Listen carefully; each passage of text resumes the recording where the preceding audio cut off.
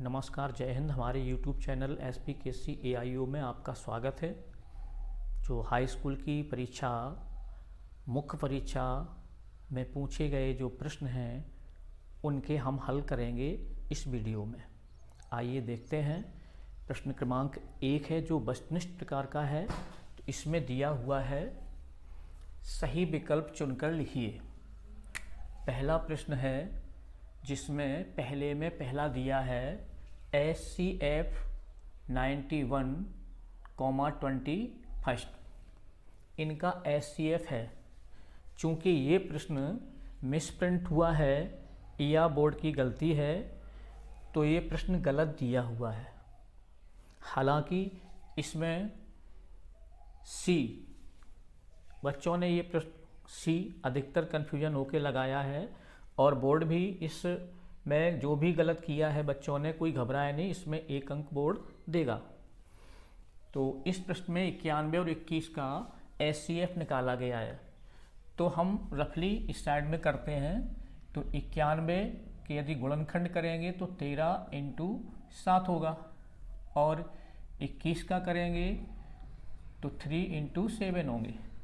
तो इसका SCF होगा आपका, ये दोनों में 7 कॉमन है तो SCF इसका 7 होगा। तो इसलिए इसमें 7 किसी भी विकल्प में नहीं दिया हुआ है। A में 91 दिया है, B में 21 दिया है, और C में 13 दिया है, D में 12 दिया है। तो इसमें 7 किसी भी विकल्प ने नहीं दिया है, इसलिए इसका कोई भी आंसर, कोई भी विकल्प इसमें सही नहीं है। तो इसका सही आंसर होगा,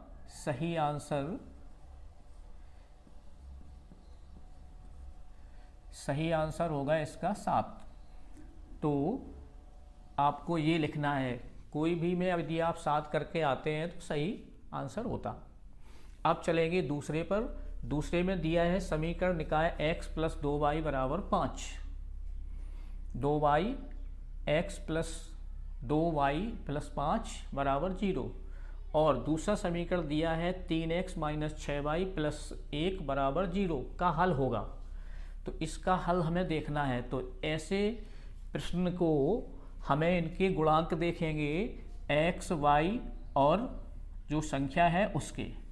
तो इसमें x और y, जैसे x + 2y और +5 को हम उधर कर देंगे तो -5 हो जाएंगे। इसी प्रकार से -3x और -6y = -1 होगा। अब इनके यदि गुणांक देखेंगे तो इसका x का गुणांक 1 होगा। तो इसको A1 बोलते, इसको A2, इसको B1 B2, इसको C1 C2। तो A1 फर्स्ट होगा, A2 -3 होगा, इसी प्रकार से B1 2 होगा और B2 -6 होगा और C1 -5 होगा और C2 -1 होगा। तो इनको हम अनुपात में करके देखते हैं। तो अनुपात में A1 के गुणांक, जो x के गुणांक है उनका अनुपात 1/-3 होगा और जो y के गुणांक है उनका अनुपात 2/-6 होगा और जो C1 C2 के गुणांक हैं वो -5 जो अचर पद हैं उनके अनुपात में लिखेंगे। तो यहाँ 2 से ये विभाजित हो जाएंगे और यहाँ माइनस से माइनस हो जाएंगे। तो यहाँ देखेंगे ये -1/3, 1/-3 कर दो या -1/3, तो -1/-3 और बराबर 1/-3 और ये 5/1। तो ये दोनों बराबर है लेकिन ये बराबर नहीं है, तो यहाँ बराबर नहीं हो जाएगा। इसका मतलब होगा A1/A2 और ये B1/B2 और ये बराबर नहीं होगा C1/C2। जब ऐसी कंडीशन होती है तो इस प्रकार के प्रश्न का कोई भी हल नहीं होता है। ऐसे समीकरण निकाय का कोई भी हल नहीं होगा। तो इसमें लिखेंगे कोई भी हल नहीं होगा।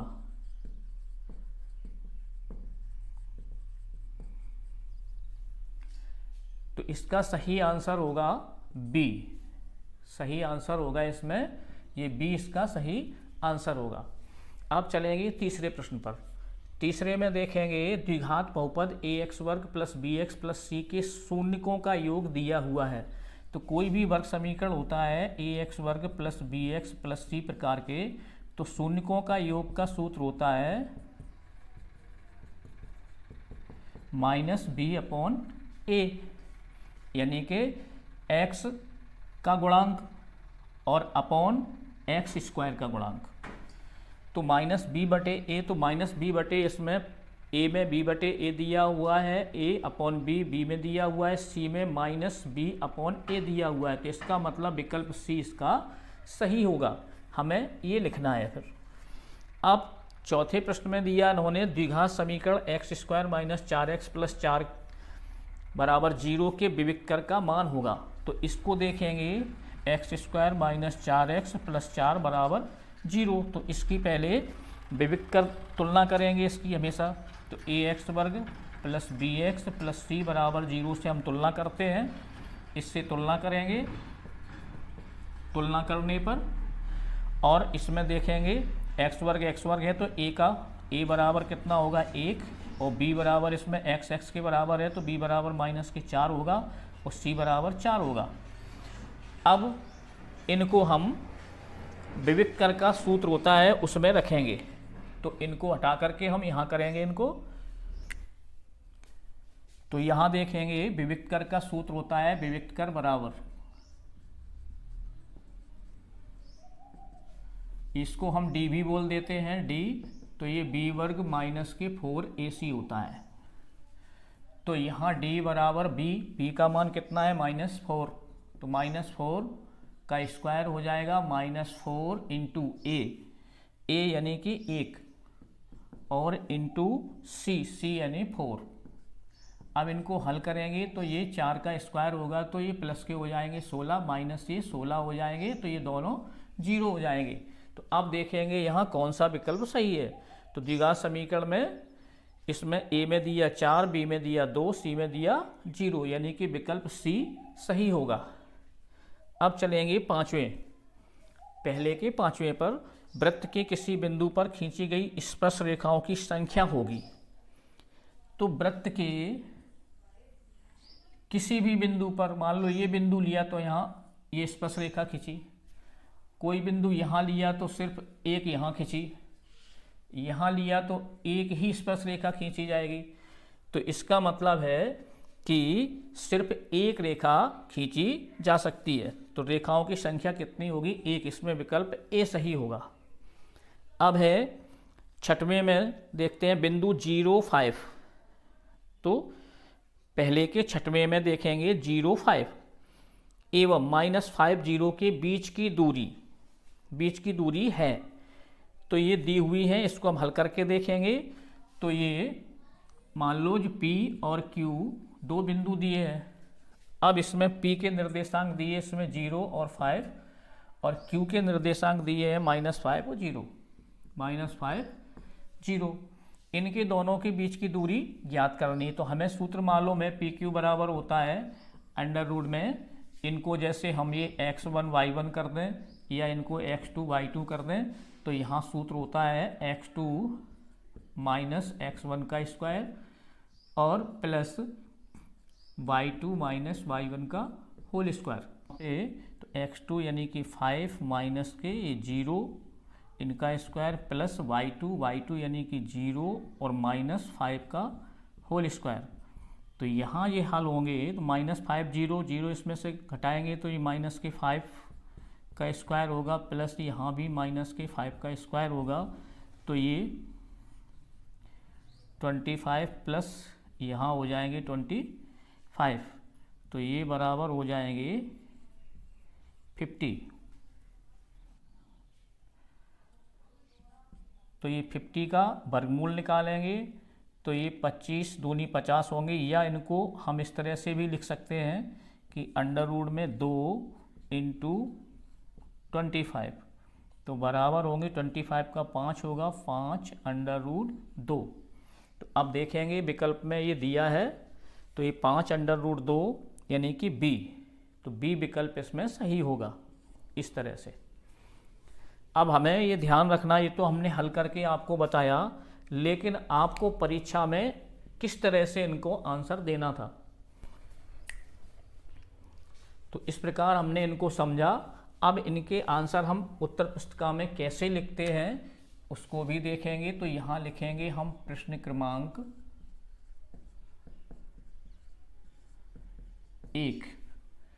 1 में पहला है, तो पहले का जो आंसर है वो कितना था। इसमें कोई भी विकल्प सही नहीं है, तो हम विकल्प तो नहीं लिखेंगे, लेकिन आंसर इसका 7 था तो 7 लिख देंगे। इसी प्रकार से दूसरे का आंसर लिखेंगे। दूसरे में हमारा आंसर था, विकल्प कौन सा था, बी, यानी बी विकल्प था कोई भी नहीं, कोई हल नहीं। तो इस तरह से लिखेंगे उत्तर शीट में। अब तीसरे प्रश्न का आंसर हम क्रमांक 3 डालेंगे यहाँ, और 3 डाल के तीसरे में कौन सा विकल्प सही था, सी। तो यहाँ सी लिखेंगे, और सी में जो दिया है उसको भी लिखना आवश्यक है, तो -b/a। इसी प्रकार से चौथे में चलेंगे। चौथे में देखेंगे द्विघात समीकरण का विकल्प इसमें सी सही है, तो यहाँ भी सी लिखेंगे, और सी में 0 है तो यहाँ 0 लिखेंगे। पाँचवें पर चलेंगे। पाँचवें में विकल्प देखेंगे कि इसमें ए सही था, तो ए विकल्प लिखेंगे, और ए में कितना दिया, 1, तो यहाँ 1 लिखेंगे। इसी तरह छठवें में देखेंगे, तो छठवें में बिंदु 0,5 और -5 0, तो छठवें में आपका विकल्प बी सही था, तो यहाँ हम बी लिखेंगे, और बी में लिखेंगे 5/2। तो ये हमारे पहला प्रश्न हुआ। अब हम करेंगे दूसरा प्रश्न। रिक्त स्थानों की पूर्ति कीजिए। इसमें खाली स्थान की पूर्ति करना है। इसमें पहला है HCF AB, यानी AB का HCF गुणा LCM AB, और AB का LCM है, यानी कितना है। तो ये हमें सूत्र होता है दो संख्याओं का गुणनफल, दो संख्याओं का गुणन बराबर होता है दो संख्याओं का LCM गुणा दो संख्याओं का HCF। तो इस सूत्र के अनुसार हो जाएगी दोनों संख्याओं का गुणनफल, यानी A × B। ये इसका सही आंसर होगा। दूसरे में समीकरण x + y = 8 दिए हैं, और x = 3 इसमें दिया है, तो हमें y बराबर होगा। तो सीधा दिया है x = 3 दिया, यदि x के लिए हम 3 रखेंगे, तो इनको यदि दूसरी साइड में ले जाएंगे तो 8 में से ये 3 सब्ट्रैक्ट हो जाएंगे, तो y = 5 होगा यहाँ। तो इसमें y = 5 लिखेंगे। एक बहुपद जिसकी घात 3 है वह बहुपद कहलाता है। तो घात 3 वाला जो बहुपद होता है उसको हम त्रिघाती या त्रिघात बहुपद कहते हैं। तो यहाँ हम लिखेंगे त्रिघात।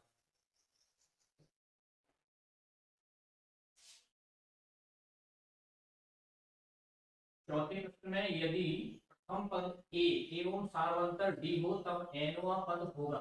तो ये सीधा हमें सूत्र दे दिया है कि nवां पद कितना होता है। तो nवां पद बराबर क्या होता है कि an बराबर a + n - 1 × d।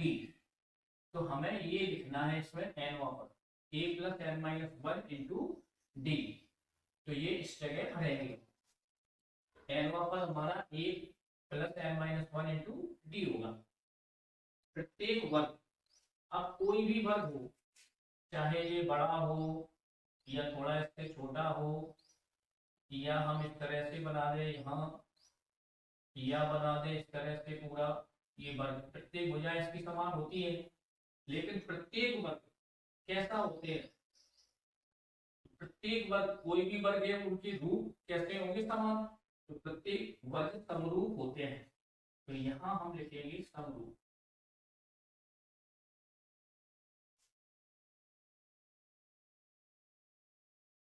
छठवें प्रश्न में एक रेखा जो वृत्त को दो बिंदुओं पर प्रतिच्छेद करती है।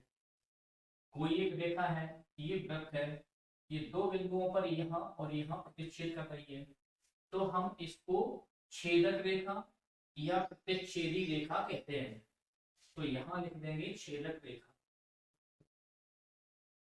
छेदक या प्रतिच्छेदी, जो भी लिख सकते हैं, दोनों सही होंगे। छेदक रेखा कहलाती है। अब त्रिज्या r वाली वृत्त का क्षेत्रफल का सूत्र, तो वृत्त के क्षेत्रफल का सूत्र मालूम होना चाहिए कि पाई r स्क्वायर होता है, तो ये इसका सही आंसर।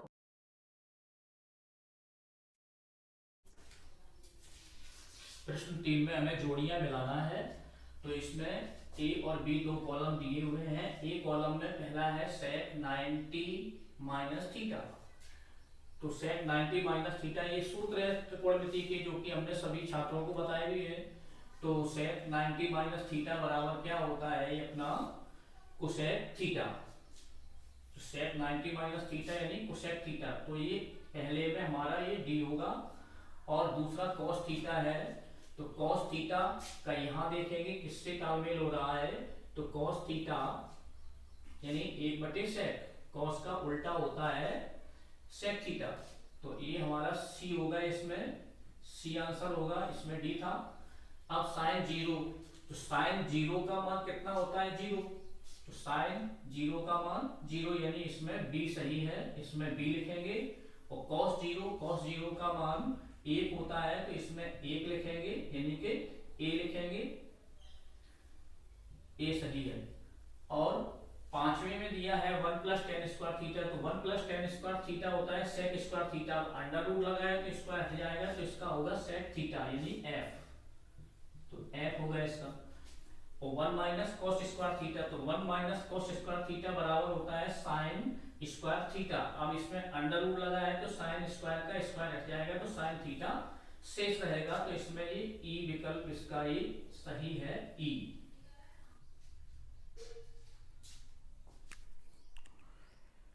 प्रश्न क्रमांक 4, प्रत्येक का एक शब्द और वाक्य में उत्तर लिखिए। तो पहला है इसमें A बराबर BQ, तो A एवं B में क्या संबंध है ये, तो यहां B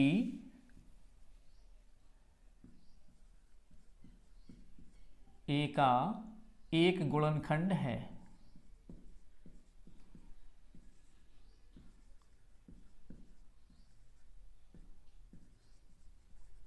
या हम इसे भाजक भी बोल सकते हैं। दूसरे में दिया है A, B और C वास्तविक संख्याएं हैं और A बराबर नहीं है 0, तब द्विघात समीकरण किस रूप का होगा। तो द्विघात समीकरण यानी जो व्यापक समीकरण होता है द्विघात समीकरण, तो वह है ax square plus bx plus c प्रकार का होगा, ये हमारा आंसर होगा। तो यहां लिखेंगे C प्रकार का होगा। अब दिया है तीसरा, समकोण त्रिभुज प्रमेय का नाम लिखिए। तो समकोण त्रिभुज यानी कि पाइथागोरस प्रमेय, तो इसमें लिखेंगे पाइथागोरस प्रमेय।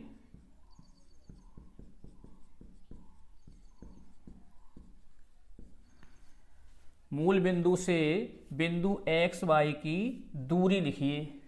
अब मूल बिंदु के निर्देशांक, अब कोई भी बिंदु है, ये ग्राफ बना हुआ है इस तरह से, तो ये मूल बिंदु हो जाएगा। यहाँ O पर ये 0 0 0 और ये P बिंदु है, इसके x और y निर्देशांक हैं, तो इसकी दूरी क्या होगी।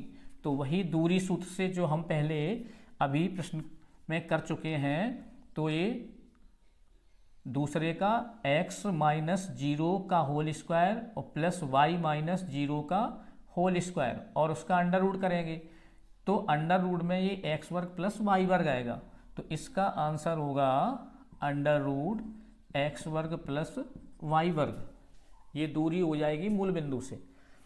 सर्वाधिक बारंबारता वाला वर्ग क्या कहलाता है, तो सर्वाधिक बारंबारता वाला वर्ग बहुलक कहलाता है, तो इसमें बहुलक होगा सही। अगला दिया है छठवां, एक असंभव घटना की प्रायिकता क्या होगी। तो एक असंभव घटना, जब कोई घटना घटनी ही नहीं है, असंभव है, जैसे आसमान में तारों की संख्याओं की प्रायिकता पूछी जाए, तो इसमें अब कोई प्रायिकता निकलेगी नहीं, असंख्य होते हैं, अनंत होते हैं तो उसमें असंभव घटना की जो प्रायिकता होती है वो सदैव शून्य होती है, यानी कि जीरो, ये जीरो लिखेंगे। पीई प्लस पीई यानी घटना की प्रायिकता, घटना न होने की प्रायिकता, यानी घटना होने की प्रायिकता और घटना न होने की प्रायिकता का मान क्या होगा। तो ये कन्फ्यूजन वाला प्रश्न है, इसे अक्सर कई स्टूडेंट गलत करके आए हैं। तो इसमें देखेंगे जब घटना न होने की प्रायिकता का सूत्र होता है कि P, ये ना होने की प्रायिकता बराबर होती है 1 माइनस घटना होने की प्रायिकता। तो ये सूत्र होता है। अब हम यहाँ रखेंगे यदि, तो घटना होने की प्रायिकता ये है P E और प्लस, और ना होने की प्रायिकता बराबर कितना होगा 1 माइनस P नॉट E। इस तरह से लिखेंगे PE, तो 1 माइनस PE। अब देखो 1 माइनस PE और PE दोनों ये समान है, तो ये माइनस है, ये प्लस से कट जाएंगे, तो कितनी होगी 1। तो इसका सही आंसर होगा 1। प्रश्न 5 जिसमें सत्य और असत्य हमें लिखना है। तो पहला दिया है x इंटू एक्स माइनस 1 बराबर 0 में x का मान 0 और 1 है। तो ये सत्य है या असत्य है, तो ये हमें देखना है। तो ये x और x माइनस 1 बराबर 0, तो ये दो गुणनखंड हुए, तो x बराबर 0 हो जाएगा। इनको यदि लेंगे तो x माइनस 1 बराबर 0, तो x बराबर 1, यानी कि ये सत्य है। तो ये सत्य है। समांतर श्रेणी 10 7 4 का 10वां पद माइनस 17 है। तो इसमें हम सूत्र से हल करके देख लेंगे कि है या नहीं है। तो इसमें देखेंगे 10वां पद यानी कि a10 बराबर होगा a plus n minus 1 into D. तो 10वां पद माइनस 17 होगा और a इसमें दिया है 10 और plus n 10 minus 1 into D. अब d कितना है, अंतर इसका मिलेगा, ये दूसरे पद में से पहला पद घटाएंगे तो ये अंतर मिलेगा, तो 10 यानी 7, ये 7 में से 10 घटाएंगे तो -3 मिलेगा। तो यहाँ होगा -3, तो -17 यानी दोनों बराबर हो जाए तो समझो ये पद मिलेगा 17 है। तो यहाँ 10 प्लस ये 9 इंटू 3, तो यहाँ माइनस होंगे 27। अब ये घटाएंगे तो कितने हो जाएंगे -17, यानी कि ये सही है। तो ये 17 है, सही है। अब देखेंगे समरूप त्रिभुजों का क्षेत्रफल सदैव बराबर होता है। तो दो समरूप त्रिभुजों या कोई भी समरूप त्रिभुज हो, उनका क्षेत्रफल सदैव बराबर होता है। तो ये बात सही नहीं है, यानी ये असत्य है।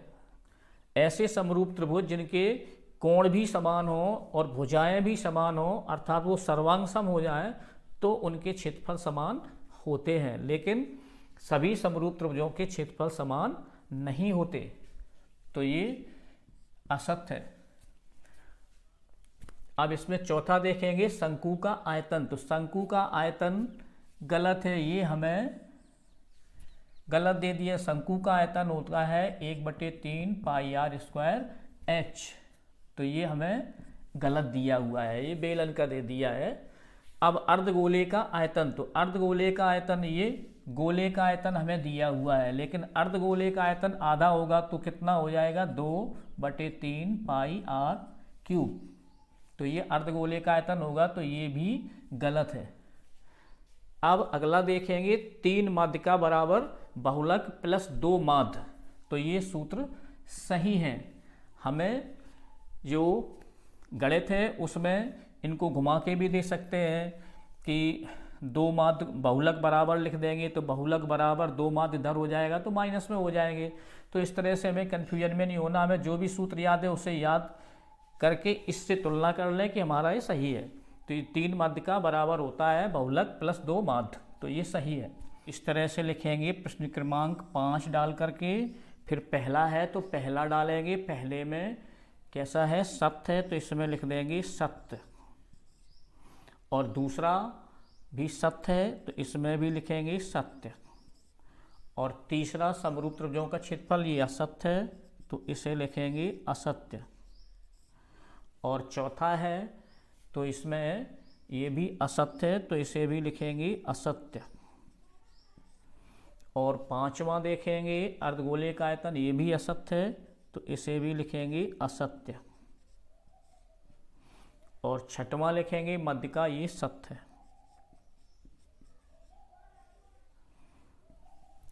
ये हुए आपके वस्तुनिष्ठ प्रश्नों के आंसर।